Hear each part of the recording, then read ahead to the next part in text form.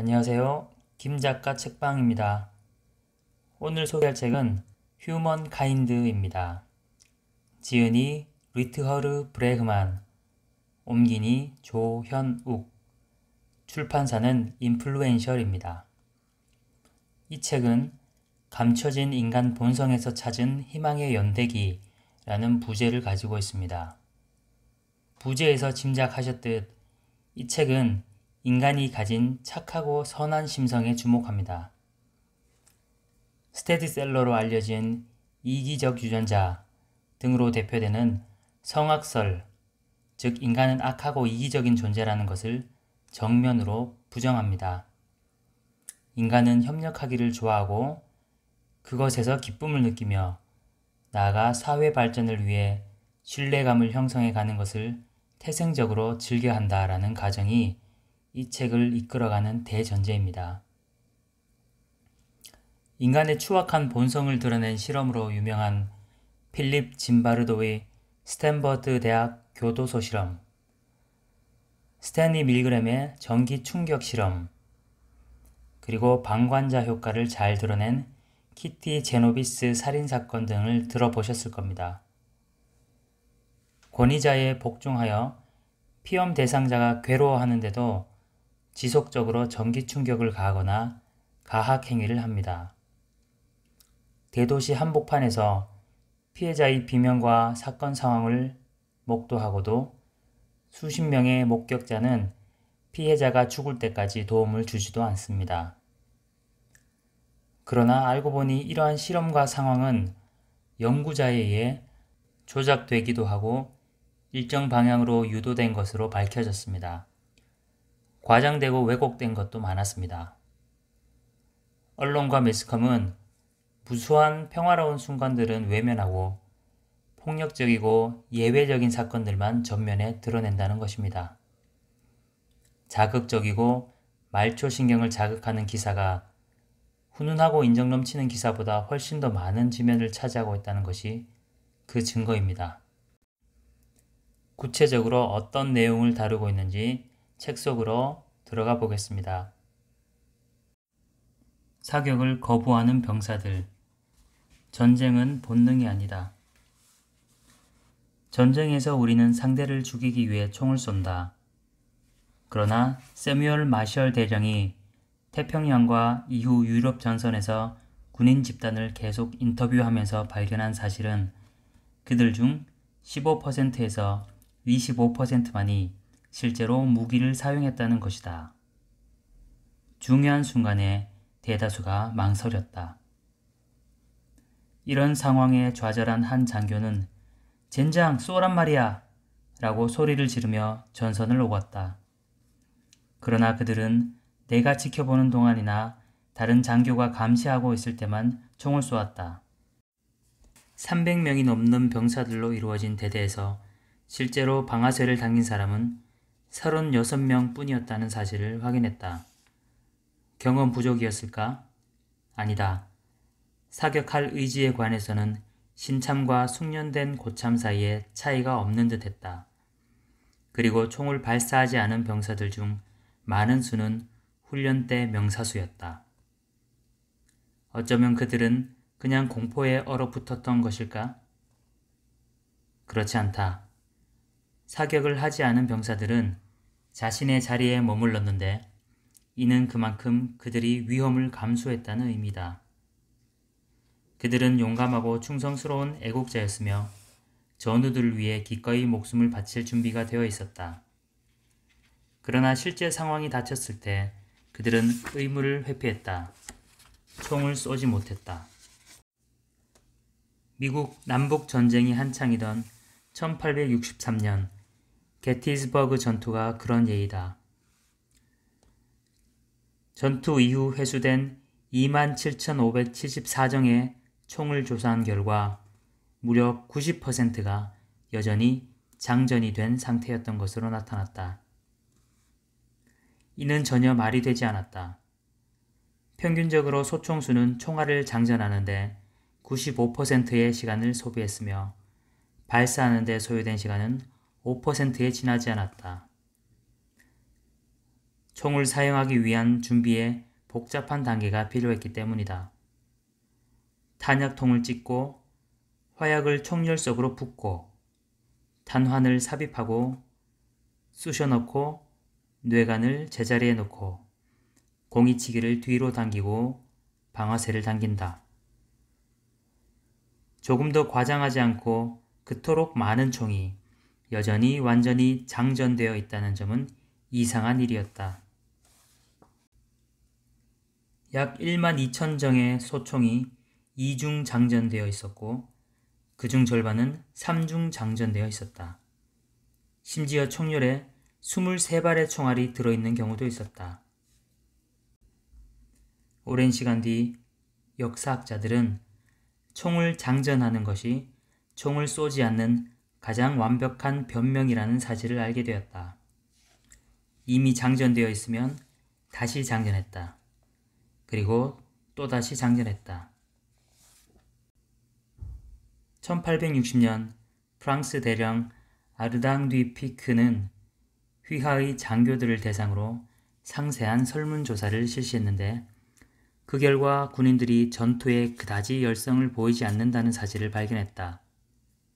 실제로 사격을 할 때 그들은 지나치게 높은 곳을 겨냥했다. 그런 상태는 전투 몇 시간 동안 지속되었다. 두 군대가 서로의 머리 위로 총을 쏘는 동안 모두가 다른 일을 하기 위한 핑곗거리를 만들었다.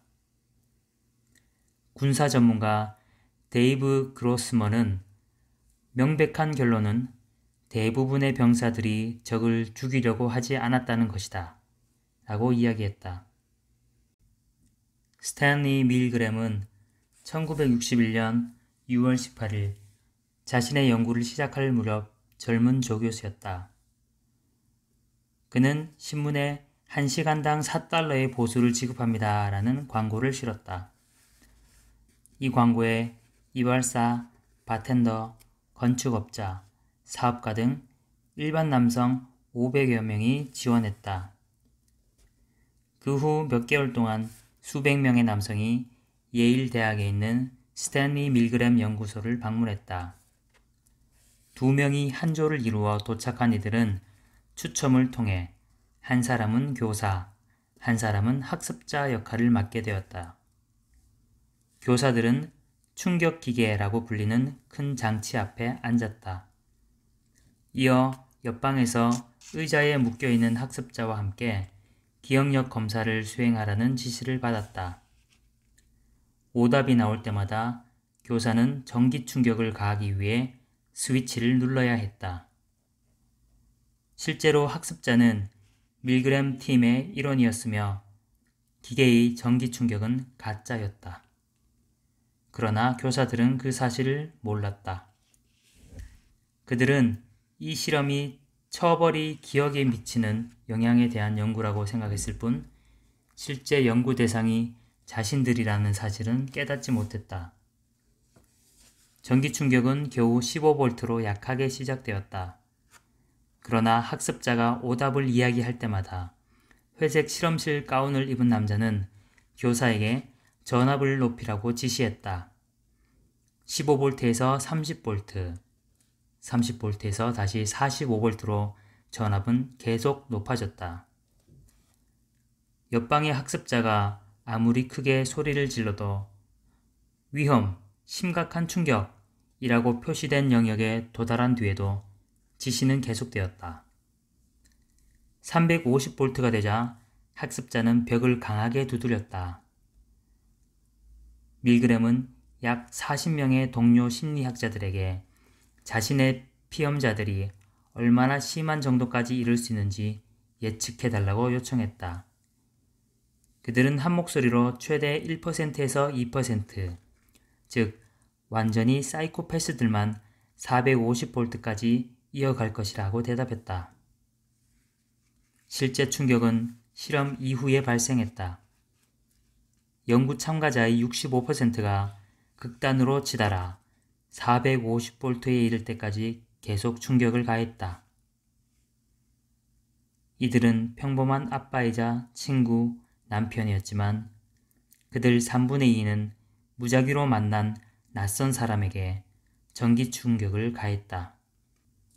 나치의 하수인 아돌프 아이히만은 예루살렘에서 700명의 기자들이 지켜보는 가운데 재판을 받고 있었다. 그 중에는 뉴요커 잡지의 특파원 자격으로 사건을 보도 중인 유대인 철학자 한나 아렌트도 있었다. 아이히만은 재판 전 구금에서 6명의 전문가로부터 심리평가를 받았는데 행동장애 증상은 발견되지 않았다. 의사 중 한 명에 따르면 유일하게 이상한 점은 그가 정상보다 더 정상적이라는 것이다. 한나 아렌트가 기술한 바에 따르면 아이히만은 사이코패스도 괴물도 아니었다. 그는 밀그램의 실험에 참여한 모든 이발사, 바텐더, 건축업자, 사업가들처럼 평범했다. 아렌트는 자신의 책 마지막 문장에서 이 현상을 악의 평범성이라고 진단했다. 노는 법을 잊은 아이들. 지난 수십 년 동안 아이들의 내재적 동기는 체계적으로 억압당했다. 어른들은 숙제, 운동, 음악, 드라마, 과외, 시험 연습 등으로 아이들의 시간을 채우고 있다. 이 같은 활동 목록은 끝이 없어 보인다. 이는 다른 활동, 즉 놀이에 대한 시간이 부족하다는 의미다. 그리고 여기서 놀이란 가장 넓은 의미에서 노는 것을 뜻한다. 자신의 호기심이 이끄는 곳이라면 어디든 갈 수 있는 자유, 검색하고 발견하고 실험하고 창조할 자유를 말한다. 부모나 교사가 정한 어떤 노선을 따르는 것이 아니라 순전히 재미로 말이다. 어디를 가든 아이들의 자유는 제한되어 있다. 1971년 영국의 7살에서 8살 어린이 중 80%가 걸어서 등교한 반면 요즘은 10%에 불과하다. 10개국의 부모 1만 2천 명을 대상으로 한 최근의 설문조사에 따르면 교도소의 수감자들이 대부분의 아이들보다 야외에서 더 많은 시간을 보내는 것으로 나타났다.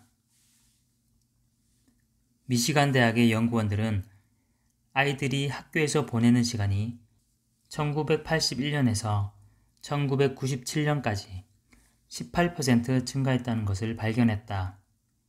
숙제를 하느라 보내는 시간은 145% 증가했다.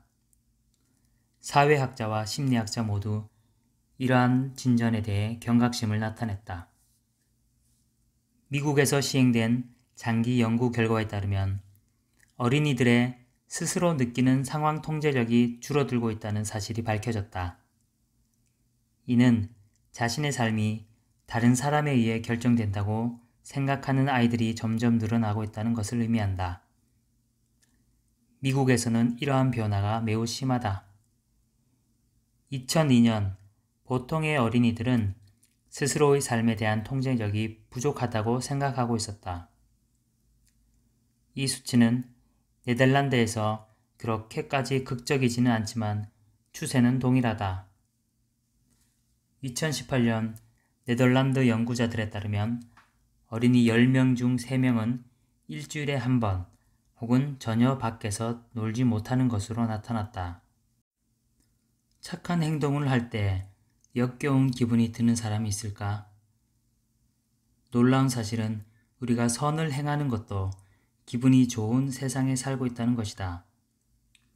우리가 음식을 좋아하는 것은 음식이 없으면 굶어 죽기 때문이다.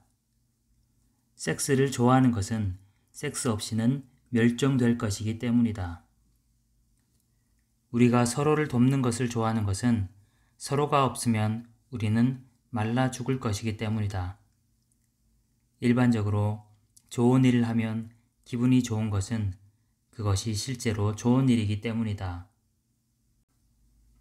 우리가 믿는 것이 우리를 만든다. 우리는 우리가 찾고 있는 것을 발견할 수 있고 우리가 예측하는 것은 일어나게 된다. 만일 우리가 대부분의 사람을 믿을 수 없다고 믿는다면 우리는 서로를 그렇게 대할 것이다. 우리의 진정한 본성은 친절하고 배려심이 있으며 협력적이다. 우리는 과거에도 그래왔고 앞으로도 그렇게 될 수 있다. 우리에게는 많은 흠이 있음이 명백하지만 사람들 대부분의 내면은 기본적으로 선하다.